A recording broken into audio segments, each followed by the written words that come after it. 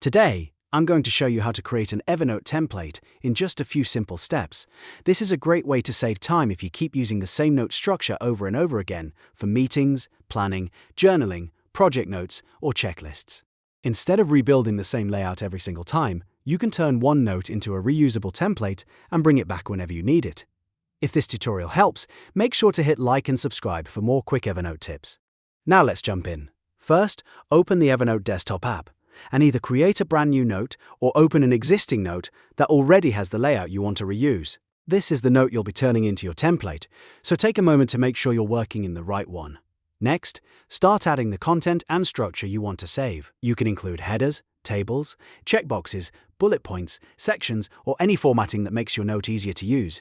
Think of this as building your perfect repeatable note design. The more organized you make it now, the easier it will be to reuse later.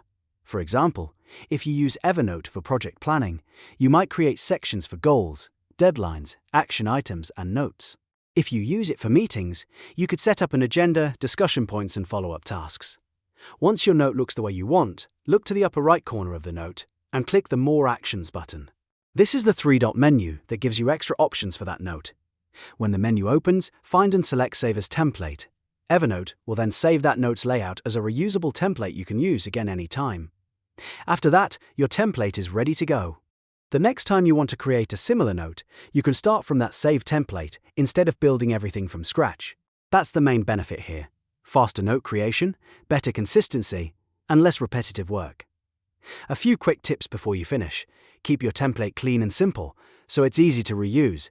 Use clear section headings so you can quickly fill in new information later. If you create templates for different tasks, name them in a way that makes them easy to recognize. And if your workflow changes over time, don't be afraid to update the template so it stays useful. So, that's how to create an Evernote template on desktop.